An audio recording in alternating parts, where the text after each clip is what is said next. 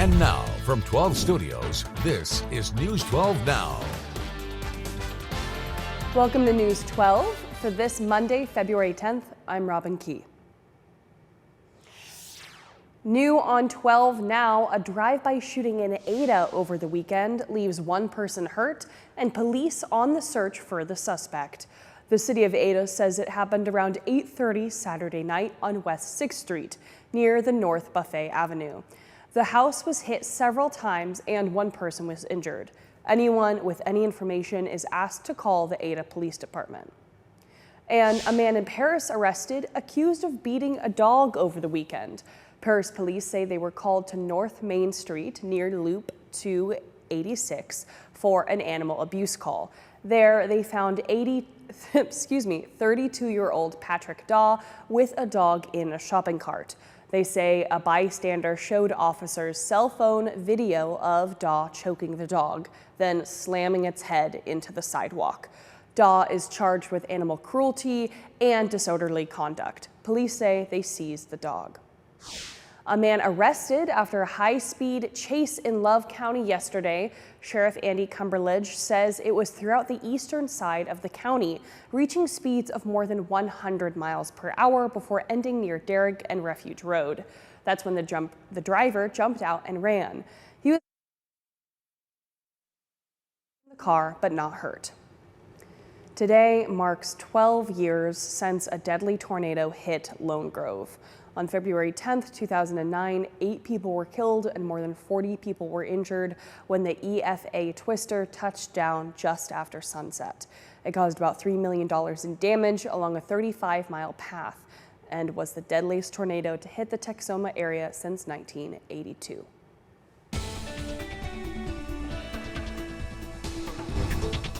Definitely much more quieter on this date than in the past, which is always good news. We are dealing with somewhat active weather, though. It's just more in the way of winter than severe weather. We are dealing with some light rain showers out there this afternoon, and it is cold and cloudy regardless. Temperatures have not budged much since this morning. They've actually fallen a little bit, believe it or not. So we're in the upper 30s to lower 40s. If we were just a few degrees cooler, we would be probably dealing with winter weather at this point. Thank goodness that's not the case. All of this is liquid precip, so we're not having to worry about icy conditions, but it certainly feels not very nice out there, with a lot of us feeling close to freezing. So that's going to be the case over the next several days, with several rain chances and several days of chilly weather staying in place for now. And it stays cold even after the rain gets out of here. We're trending nicer towards the Valentine's Day time frame, but we have another huge swing in temperatures on the way for this weekend, which we're going to talk about all in your full forecast coming up here in a minute. Till then, back to you, Robin. During his State of the State address last weekend, Governor Abbott called to see more students head into the career field straight out of high school. CBS Austin's Jamal Kennedy has our story. The governor's office reports that less than 40% are attaining a degree or workforce training within 6 years of graduating high school, a number he wants to improve. That's why I am making life-changing career training an emergency item. Texas Governor Greg Abbott announced at his State of the State a commitment towards building the Texas workforce, namely through trade jobs. Many of the most in-demand jobs are careers like welding, plumbing, and electricians. I think it's a beautiful move. Nicholas Odom is the education manager over the trade program at the Universal Technical Institute in Austin. To say he's pleased by the governor's commitment is an understatement. Personally, I believe that the skilled trades in this nation, the skilled trades in this state, are something that is so desperately needed. Odom says with all of the new construction across Central Texas, there's a need for skilled labor. You're seeing those spaces needing to be filled by somebody with a skill set. And when you talk about trying to find a job in the trade field, one of the cool things that the Universal Technical Institute here in Austin does is they have what they call an interactive job board, where you can come and you can find any job in your trade in any area across the state that fits your needs. And it's something that we're so proud of. According to the governor's office, over the last 2 years, the governor has awarded over $15 million to support career training for high demand industries. The answer is do what the hell industry tells you to do. Texas A&M University Systems Chancellor John Sharp doesn't exactly agree with the governor's plan. We want HVAC training and the community says, We don't need HVAC training. We need something else. However, the governor insists this is the pathway to success. Vital to education is expanding career opportunities. That includes expanding career training in our schools.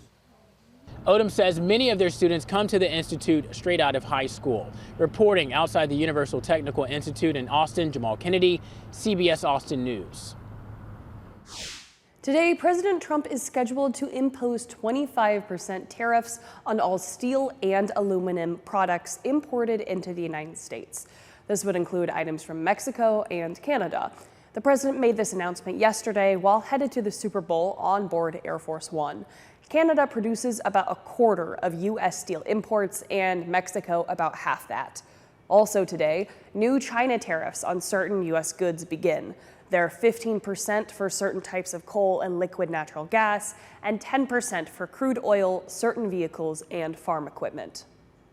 The National Treasury Employees Union has filed a new lawsuit trying to prevent the Trump administration from shutting down the Consumer Financial Protection Bureau, the agency created to shield consumers from predatory banks and lenders. This is just the latest federal agency Trump is trying to close as part of the Department of Government Efficiency project, which was created to slash the size of the federal government. Natalie Brand has more details from the White House. Thousands of federal employees returned to in-person work this Monday, but the government's Consumer Financial Protection Bureau has been ordered closed. Elon Musk and his Department of Government Efficiency posted on social media, CFPB RIP. Some Republican lawmakers applauded the move. The CFPB has been out of control for some time. The way it's designed, I think, is unconstitutional. It has no oversight. It's been basically a reckless agency that's been allowed to go way beyond any mandate that I think was originally intended. Congress established the Independent Watchdog Bureau in the wake of the Great Recession of 2008. That crash was caused in large part by subprime predatory lending that happened all across the United States. Dennis Kelleher, president of the advocacy group Better Markets, says since its creation, the CFPB has been a key ally for consumers. In just 14 years, that agency has returned over $20 billion to more than 200 million ripped off Americans in all 50 states. The move follows similar Trump administration actions to try and make cuts at USAID, the Agency for International Development, which helps distribute foreign aid. Friday, a federal judge blocked the administration from placing more than 2,000 staffers on administrative leave until at least February 14th. In a separate case, a federal judge hears arguments in Boston today on the administration's buyout offer presented to around 2 million federal employees. The White House says the offer still stands with a midnight deadline, while unions argue it's unlawful. Natalie Brand, CBS News, the White House. Thank you for watching today's News 12 Now. Make sure to subscribe so you find out why Texoma turns to us. You can also follow us on Instagram and Facebook, where you'll see more social media exclusive content. Want more News 12 Now? Watch us live every weekday through the KXII app on your phone or TV and through our website.